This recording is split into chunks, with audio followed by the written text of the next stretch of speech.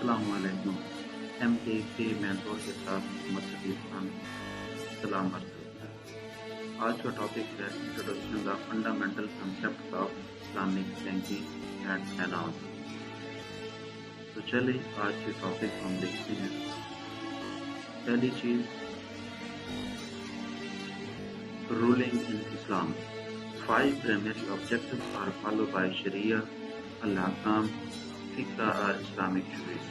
یہ 5 primary object ہیں جو کہ اسلامک رولنگ لے کے جا رہے ہوتے ہیں۔ سب سے پہلی چیز ہے واجب، obligatory۔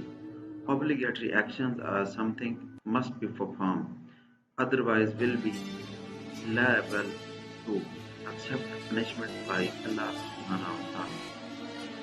واجب وہ عمل ہے جس کو کرنا ضروری ہے، جس کو کرنے پر ثواب ہوتا ہے۔ اگر اس کو نہ کریں تو اس سے اللہ تعالیٰ راض ہوتے ہیں اور اس پہ اللہ تعالیٰ کی طرف سے پنشمنٹ ہوتی ہے۔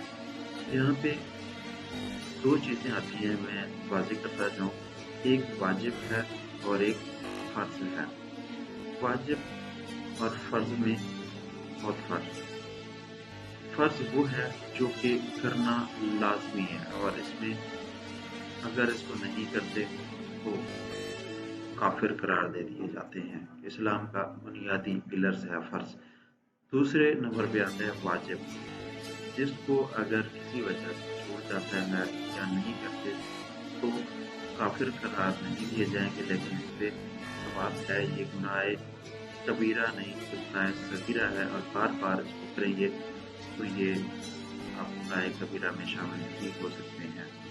جیسا کہ نماز فرض ہے تو پڑھنا لازم ہے، جبکہ واجب یہ ہے کہ ایک بندے نے آپ کو سلام کیا، اس سلام کا جواب دینا ہم پہ واجب ہے، لازم ہے۔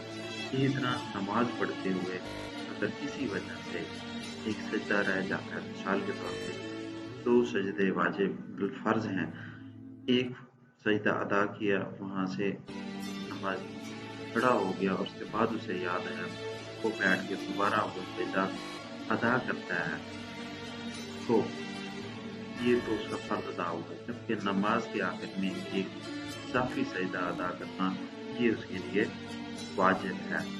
یہ چیز ہے فرض اور واجب ہے۔ دوسری چیز آتی ہے حرام، unlawful۔ Unlawful actions are something prohibited to perform.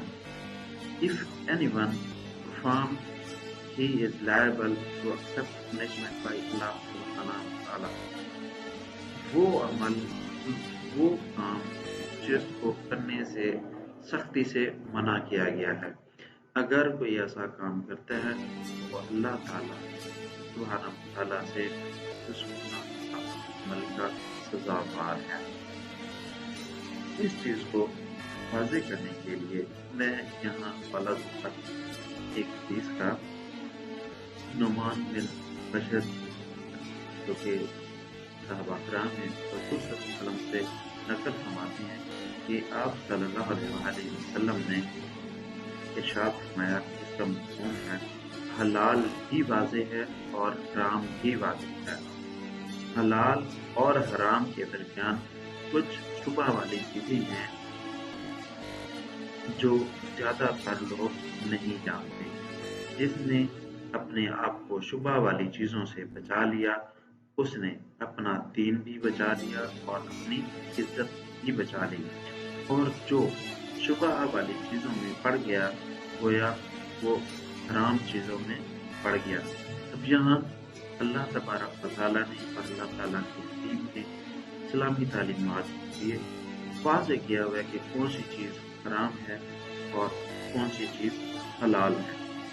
اسی تناظر میں حضور صلی اللہ علیہ وسلم کے نواسے حضرت امام رضی اللہ عنہ بھی حضور صلی اللہ علیہ وسلم سے روایت فرماتے ہیں کہ میں نے حضور صلی اللہ علیہ وآلہ وسلم سے یہ حفظ کیا، جو چیز تجھے شبہ میں ڈال دے اسے چھوڑ دے اور اسے اختیار نہ کر جو تجھے شک میں ڈالتے۔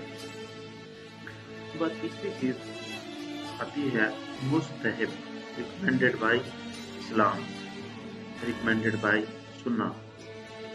Recommended action are something that should be performed, وہ چیز، وہ سننا جو کہ ریکمینڈیڈ ہے، اس کو کرنے کے لیے کہا گیا ہے۔ اس کی تعریف کچھ اس طرح ہوگی: حضور صلی اللہ علیہ وآلہ وسلم نے یا آپ کے صحابہ نے کوئی ایسا عمل کیا ہو، یا اس کو اچھا خیال کیا ہو، یا تابعین نے اس کو اچھا سمجھا ہو، یا پھر اکثر نہ کیا ہو۔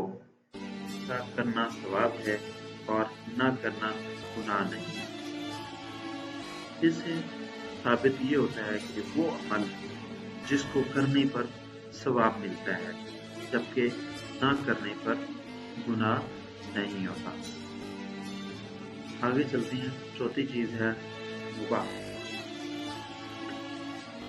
مباح ایک ایسا عمل ہے جس کے لیے کوئی مخصوص حکم شریعت نے واضح نہ ہو، ایک ایسا عمل جس کے لیے کوئی مخصوص حکم شریعت کے اندر موجود نہ ہو، چاہے اسے انجام دیں، چاہے اسے ترک، اسے نہ کوئی جزا ہو نہ کوئی سزا ہو، جیسا کہ اچھے کھانے کھانا،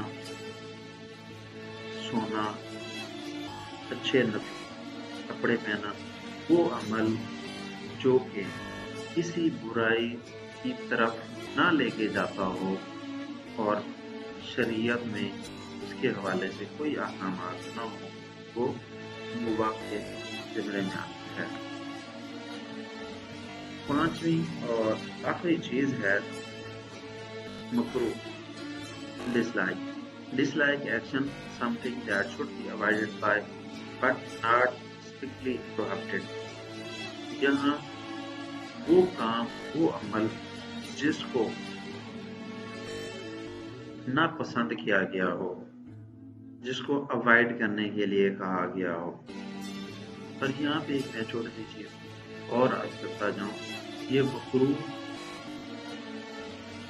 ایسا بھی نہیں ہے کہ اس کو کرنے کی اجازت دی گئی ہو، وہ عمل ہے جس کو نہ کرنا کے لیے کہا گیا ہو، جسے ناپسند کیا گیا ہو۔ اس کے حوالے کچھ لوگ یہاں مسٹیک کرتے ہیں کہ مکروہ کے لیے یہ ہے کہ اگر ایک بندہ پسند نہیں کرتا، دوسرا اس کو کر رہا ہے تو مکروہ ہے، کوئی ایسی بات نہیں، جبکہ یہ غلط ہے۔ مکروہ کے حوالے سے قرآن پاک کی سورہ بنو اسرائیل کی سورت میں آیات نمبر 28 تا 38 تک کچھ احکامات بیان کیے گئے ہیں، اور پھر ان احکامات کے بعد اللہ تبارک و تعالیٰ نے اسے مکروہ قرار دیا ہے۔ میں چاہوں گا میں یہاں اس کا حوالہ دے دوں۔ ان میں سے جو مخصوص اور زیادہ اہم ہے وہ ہے اللہ تبارک و تعالیٰ نے کہا ہے وہ لوگ کنجوسی نہ کریں، مطلب اعتدال کو اختیار کریں۔ دوسری چیز آتی ہے فضول خرچی سے روکا گیا ہے کہ اتنا ہی خرچ نہ کریں کہ کل کو ہاتھ میں کچھ نہ ہو اور ملامت ہو رہی ہو۔ تیسری چیز مفلسی سے اپنی اولاد کو قتل نہ کریں، کیونکہ اللہ تبارک و تعالیٰ نے خود ہی انسان، الجن، تمام جاندار کی خوراک کا بندوبست کیا ہوا ہے اور اس کی ذمہ داری کی ہے۔ چوتھی زنا کرنے سے منع کیا گیا۔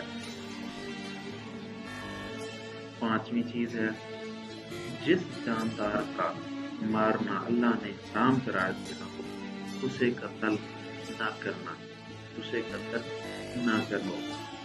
اس کے بعد آتی ہے چھٹی چیز، اگر کوئی ظلم سے قتل ہوا، مطلب کوئی ناحق قتل ہو گیا ہو، تو وارث کو اختیار دیا گیا ہے وہ اس کا بدلہ لے۔ اور یہاں بدلے کے حوالے سے ایک اور روایت، ایک اور چیز بھی واضح کی گئی ہے، جو اس کو قصاص لے کے چھوڑ سکتا ہے، اور اس سے بڑھ کے ثواب یہ ہے کہ اگر اس کو معاف کر دے تو اس سے بڑا کوئی اجر نہیں ہے۔ اس کے بعد آگے چل کے حکم دیا گیا ہے 7ویں نمبر پہ یتیم کے مال سے دور رہنا، یتیم کے مال کو نہ کھانا۔ اگر یتیم کے مال کا آپ کو وارث بنایا گیا ہے، کسٹوڈین بنایا گیا ہے، رضاکار بنایا گیا ہے، تو تب تک اس کی نگرانی تو ایسی کہ جیسے وہ آپ کے لیے کام ہے، جب تک کہ وہ بچے جوان نہ ہو جائیں، بچے مال کھانے ثابت نہ ہو جائیں۔ 8ویں نمبر پہ کہا گیا ہے عہد کو پورا کیا کرو۔ 9ویں نمبر پہ کہا گیا ہے پورا پورا ناپ تول کیا کرو، پورے ناپ تول کیا گیا ہے۔ 10ویں نمبر پہ کہا گیا پورا پورا وزن کیا کرو، پورے وزن کرنے کا حکم دیا گیا ہے۔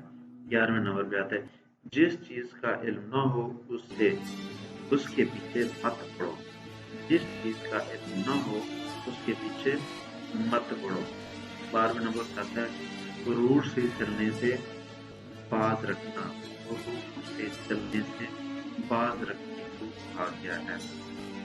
اور 38 آیت میں یہ کہا گیا کہ اللہ تبارک و تعالیٰ کی نزدیک یہ سب باتیں مکروہ ہیں، یہ سب باتیں اللہ تبارک و تعالیٰ کے نزدیک یہ سب باتیں مکروہ ہیں، ناپسندیدہ ہیں۔ یہاں لفظ مکروہ کا استعمال کیا گیا ہے، اور اس سے آپ اندازہ لگیں کہ کنجوسی کرنا، فضول خرچی کرنا، اس کو ہم لوگ عام سمجھ رہے ہوتے ہیں، اور اسے آگے چل کے دیکھیں زنا کرنا، قتل کرنا، یتیم کا مال کھانا، ناپ تول میں کمی کرنا، یہ وہ ساری چیزیں اللہ تبارک و تعالیٰ نے قرآن کے اندر مکروہ قرار دی ہیں۔